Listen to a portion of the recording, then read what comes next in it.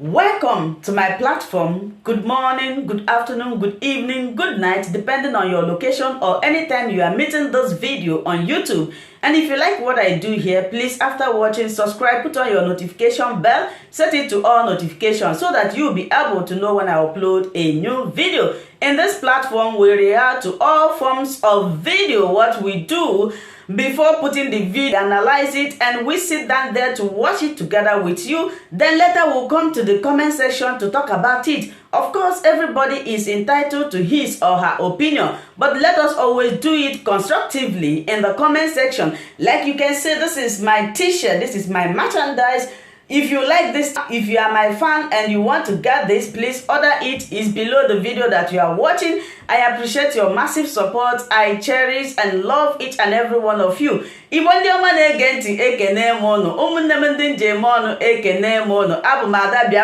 we watch the video together right now.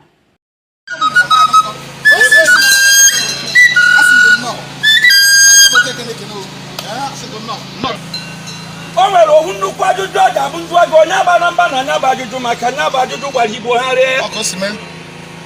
ijere ka njụ dị na-aga ajụjụ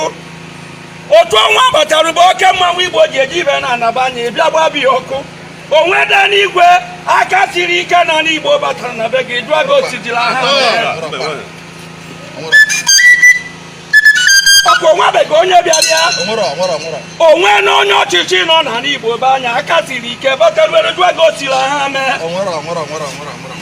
ijele maga ata na ndị Igbo ụta ha gekwe ntị ka m kwuo nye ọkwa m bụ ụda jinjim ị na-anụrụ onu ya ọkwa m bụ ya gboo akụbakuche onye akụ na arụ na-ebu na-abịa ọkwado mmụ gee ntị ka nke ọrụ gị ibe kpatara ya ijele ndị Igbo niile Igbo ibe kpatara ndị igwe nwere n'ala Igbo be anyị onwebeghị onye bịara jụọ ajụjụ ịma na ọ bụla oge mgbe gboo mgbe ọ na-agba ọgbajuedọrụ ndị igwe burucha ọgwọba n'aka bịa kpebere nwa be ekpere were ọgwọ jụba na onye bịara m ibe nwe ka ọnwụ gbuchie ya ezi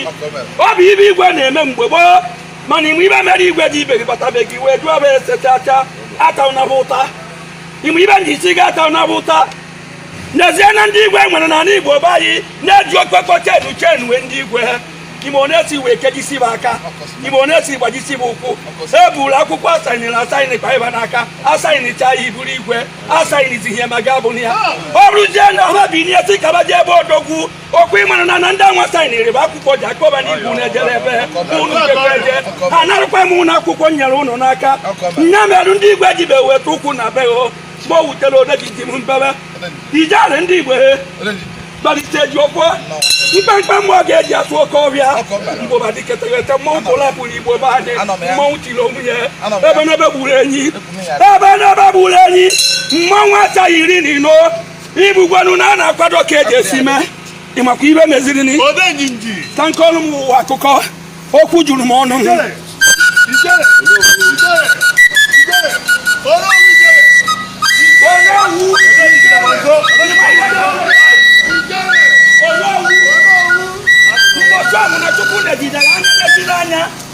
were bụ na onye ọ tiri ugo n'isi o nyere ike nke o ji eji gbadu na ọ nọgidere n'ebe ike nke nyere ya anya ọ bụrụ na ebe o jere bili adịghị mma Chukwu negide ya anya o si na ebe enwe o jere bili adịghị ya mma ọ chọgide ibe o ji eme ya ọ nwe ibe o ji eme ya osu ibe ya ọkụkọ wee nọgharịa ijele kwe nọgharịgbo mmọnwụ nọgharịgbo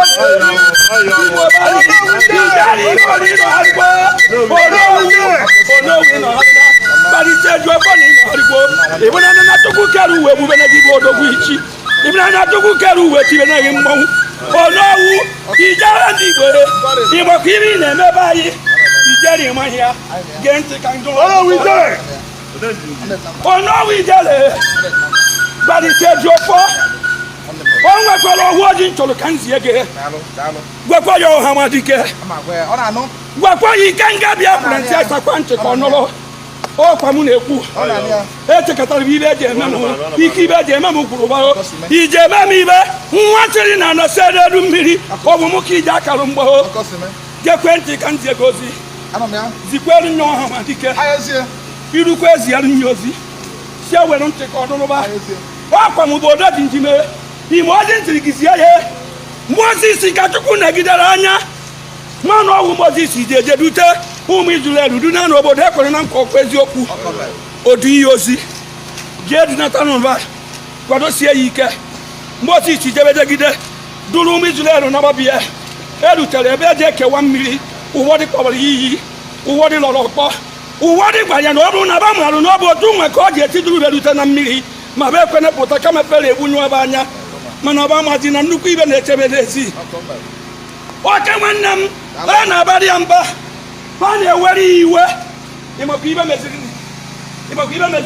Ime ibe meziri Moses said he will lose na ekwere na nkwa ha okwu ibe ọmụ ya okwu ibe ọmụ mere eme okwu ibe ọmụ mere eme ka Moses ji neta anya oluozi n'obodo ekwere na nkwa chacha o jeru n'eluigwe o jeru n'ugwu ka o je weta iwu iri jecha ya ha tazo ọ bụ na ndị oduru jeje ndị odu anọ ba akparịba na Chukwu kere ihe uwe dị ajekwude dị n'ọba nwoke ibebe uwe dị amachakọrọ ibe nwaanyị enu erubeghị obodo ejere eje ọrịtute were iwe wee tiwa iwu iri ya ike ndị ya were na ya gwakwana m ọdọgwu ya jikwe n'iwe wee tiwa iwu iri ya gbọrọ m Nnamdi Kanu ya jikwe n'iwe ọ bụ ibe kwuru ekwuo na midia n'abalị onye gara aga ụwa ziri ike pụtara ka saya ya jikwa n'iwe tiwa iwu iri ya o tiwa ya na-ekwujadio yekwezielu nyo ya jikwa n'iwe ibe ndị mmadụ na-ekwu na midia wee tiwa iwu iri ya o tiwakwa ya aka ebe ha gụasụ ya tiwakwana ya ibe Chineke derie n'ihu na o ji erute ya aka ike ga-abụrụ mgbe ọnụ chọọ ọgọ ma nwee mmeri jeru nye ya were na onye ọbụla iwo ya gbadubo n'ebe anyị kwu ya eje nene barisa n'anụ ka ọ ka wee gide nwa igwe gbaje ebe eruwe ya ọ na-abịa Chukwu kwụ gị n'azụ onye mere ibe ọmụ dịgasị ya abụghị ya o nekwe anya ka m gwa gị okwu 2021 ka anyị nọ n'ihe mgbanyerezie ibe Chineke dere n'aka gị n'oge ebe o ji agba ndị iro ha ekwerugbo na mmụkọdigbo oke nwekọ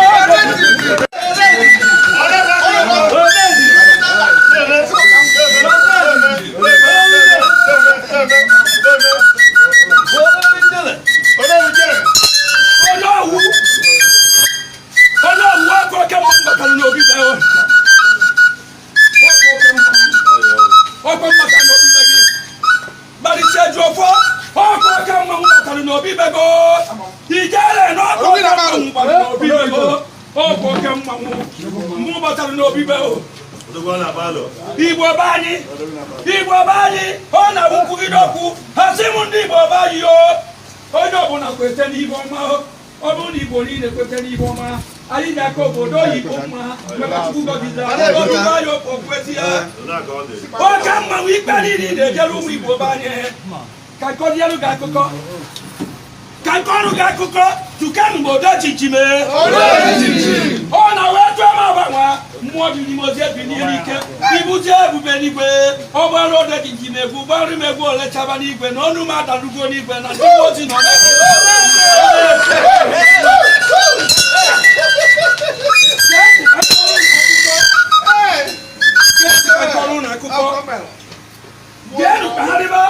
nọ na Nigeria anyị nọ n'ime ya na ịkpagharịcha nke anyị dị iche n'ime ya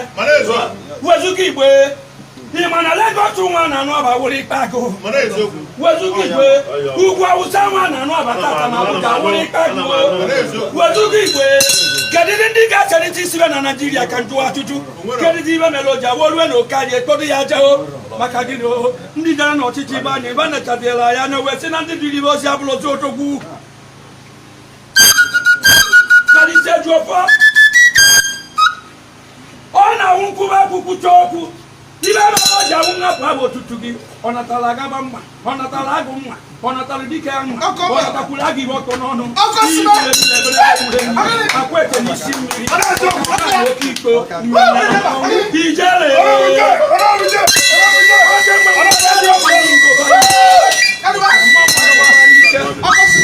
mmanwụ apụkwa n'ike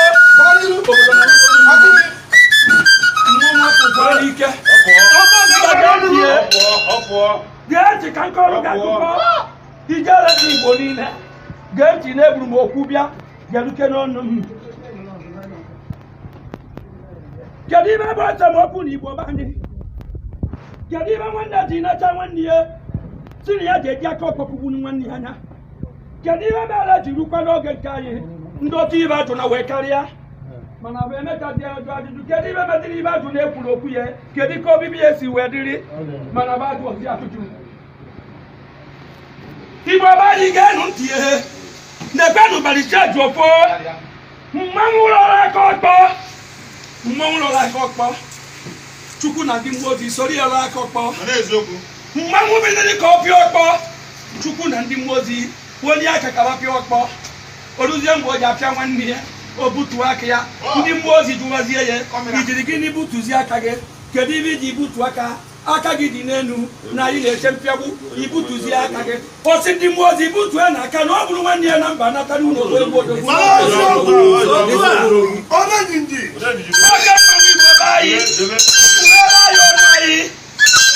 ubere anyị ọnụ anyị yo ndị anyị nwere ike na nwanne ba brọzi ibe kubere anyị ọnụ anyị yo onwebego onye mpụrụpụta na uwe kwubere Igbo ọnụ abụbụ karịa bie na ọ mekwere ome oye ekweme ọmakwa na emecha mee kubere anyị ọnụ anyị yo ibe Chukwu ji were bụ ikikpa gị n'aka o nwekwara ibe kpatara ya ibe o jiri mee gị ka ike gụọ akwụkwọ o nwekwara ibe kpatara ya ibe o jikwara wee mee ego ka ego enwe a na-ekwukwe ekwudipue gị n'aka o nwekwara ibe kpatara ya emechaa gụsịarụ gị ibe kpatara ya o ibe kpatara ya onye ime n'igwe edebe n'anya na-eche anya chi na ọ bụrụ na ịmapụtakwu okwu adụa gị ijekwara akwụkwọ o were bụ ikikpa gị ndị Igbo ozi wee nye gị ya n'aka iwe edebe nyekere ịpụtụ n'ọdụde osi ike icheta onye ike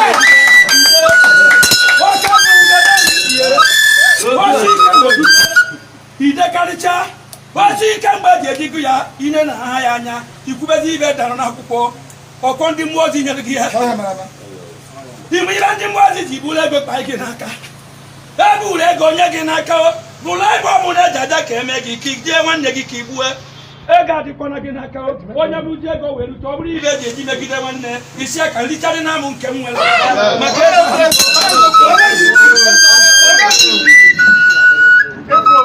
ọka nwanne m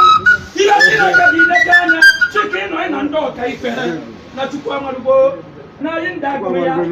ha anyị ndị amaghị ya o ndị ọ dịrị ozi amaghị ya o ji awa onye agaghị n'aka o ikwachiri n'ibe ahụ eji ideba ọ na igwukwe n'ihe buru n'isi ịkụba mgbịrịmgba otu ibe ji idu igozi o ọka mma mgbadube ọka iburu obi mewu onye enwe na-ene obi meghe anya ha ịgbakpabe n'ista gbapechaa ya investment ga-akarịkwa ha ahụ ibegide ibe ego negide ibe ego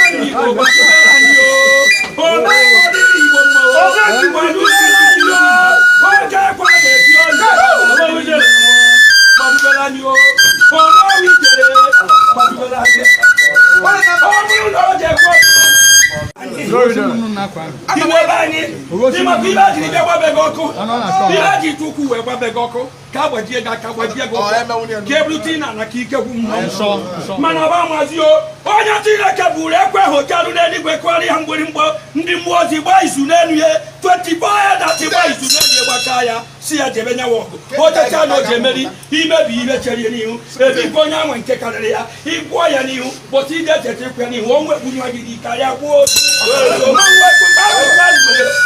ọka Igbo gagbanụ ntị n'ebe n'ebe gburu anyị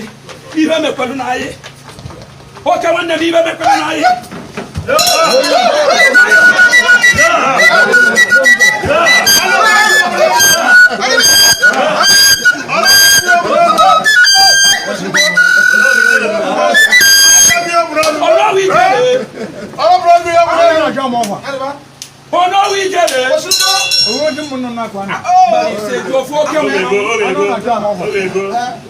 Bari se jofo ejofo na anya na tanya bia na ba nna gi jere bua gi bia na ba nna gi salo bia makwe ejofo kalilo nya kwa nsi ejofo kalilo nya nyofuo ejofo kalilo nya kwa dori bo ye mego ejofo kalele ba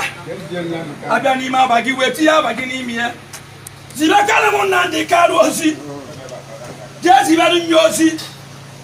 gwaya nubo so gbajolo oji si edu iri e ibe megidi e zielu nyozi si no kwuru nya bụ okwu onye Chineke na-ebere anya na-eche anya ji akere were ntutu isi na abọtụ ihe n'isi mana Igbo amazi na ntutu isi na abụ odogwu bụ n'isi o bụ nke ndụ n'isi o bụ nke ọnwụ n'isi nke ọnwụ bịara n'ime pekwu na nke ndụ ibe kwụ ọtọ kedizi onye na-agba ya mgba nke ndụ akwụrụgbo o jere nu jee na na nke ndụ akwụrụgbo ọtọ o na tiata zuo nke ndụ akwụrụgbo ọtọ o bue n'akụkụ buọlịcha nke ndụ akwụrụgbo ọtọ ndị Abuja na-eche ibe ji emeri nya bụ odogwu nke ndụ akwụrụgbo ọtọ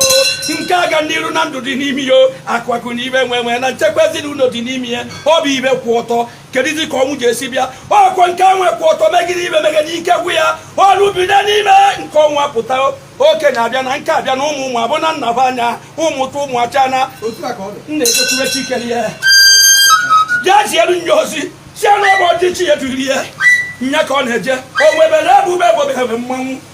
emegidere jesete nwaanyị jesete dike ebe anya na nwunye na-ezuru ike ejebeseti ya ka agbaba odogwu ngwere jụọ ndị Igbo ba ya dodo Chukwu si mụ ji anụ nwaanyị ka anyị mụọ ọmụmụ baa ụba ọtụtụ mụ na nwunye m anyị etigburu ibe egwu ibi ebe ahụ seta anyị nkike ikpe jere ma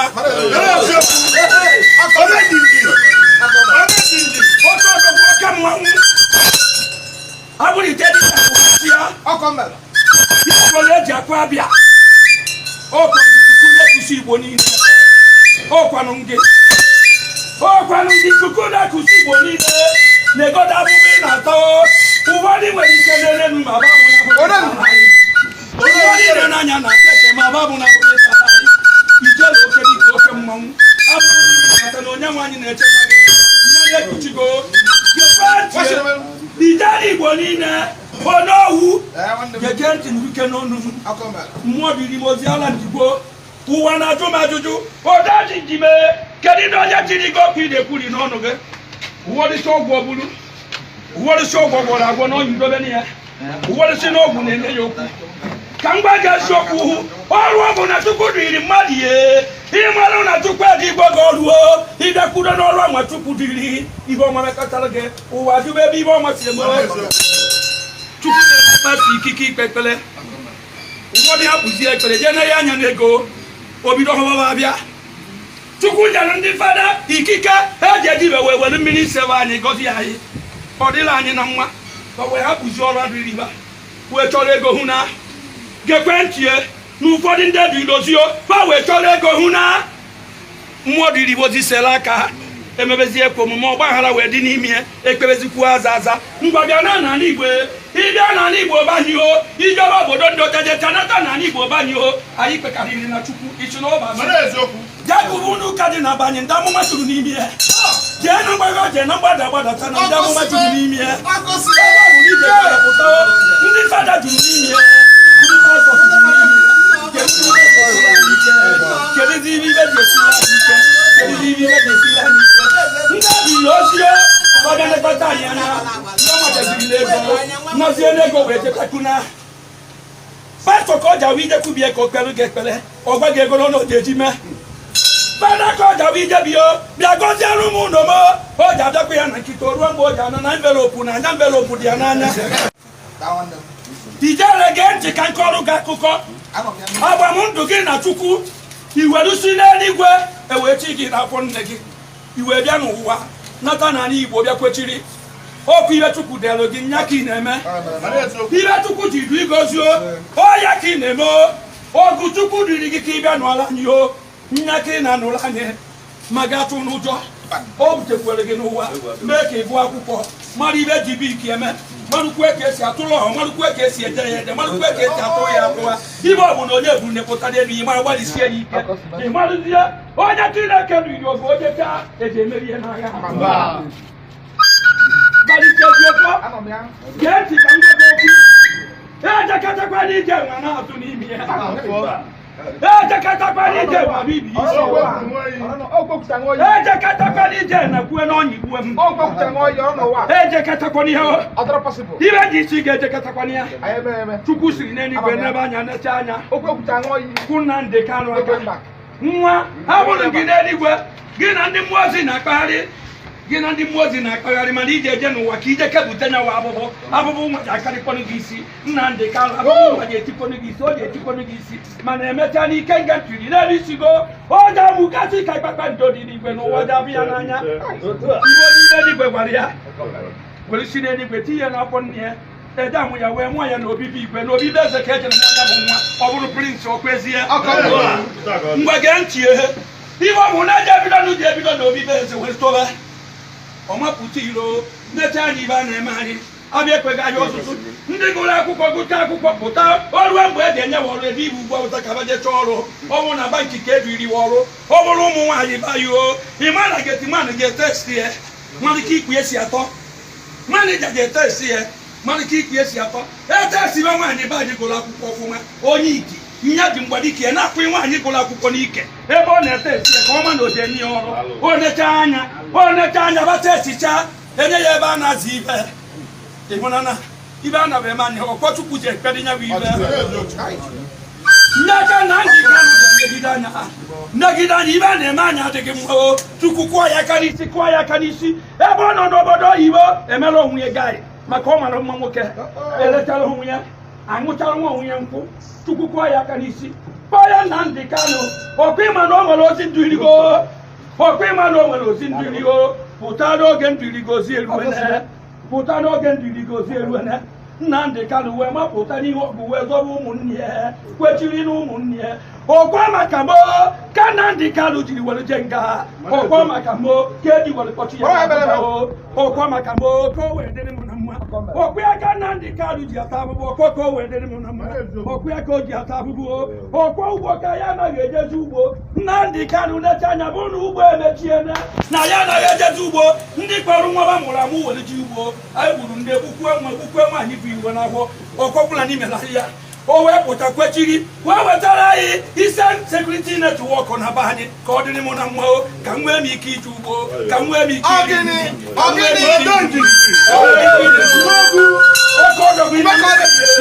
o were zitara anyị ndị ji aja echekwa anyị ka ọ dị mma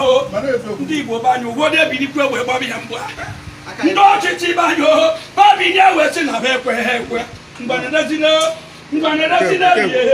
Nenazina watuga Nnamdi Kanu emebi n'ebe ka jụọ onwe m ajụjụ ntị ya jisi ike n'ọchukwu dịrị ozi mkpọkọja dị n'ime ya ụmụ Igbo be anyị ji akpọtokwu onye dubeje ọrụ na mkpọta adịghị ya ọrụ na nkwụta adịghị ya ọrụ na be achọghị ibe ji eme Nnamdi Kanu ọrụkwe na nwanne ya ebilitekwuru gba ya mgbe o jeghị ama ọrụ dịrị ya mgbe a nwajara karịa owe mara ọrụ dịrị ya ndị Igbo be anyị na-agba ya mkpa owe mara ọrụ dịrị ya Jagwa koni yo vaya no bo ti ye duri ye nya ko bia ko je ha ba bi tu ba cha ibe je mi yo oni me ni gba ko sasia ha pa lo cha ke je ti gidi ekubu e oni me ni gba ko sasia o bu lo gu je ri si Nnamdi Kanu oni me ni gba emebisi e ngba de ki si pota kweti na koto eku ngba ni se jo ba si ye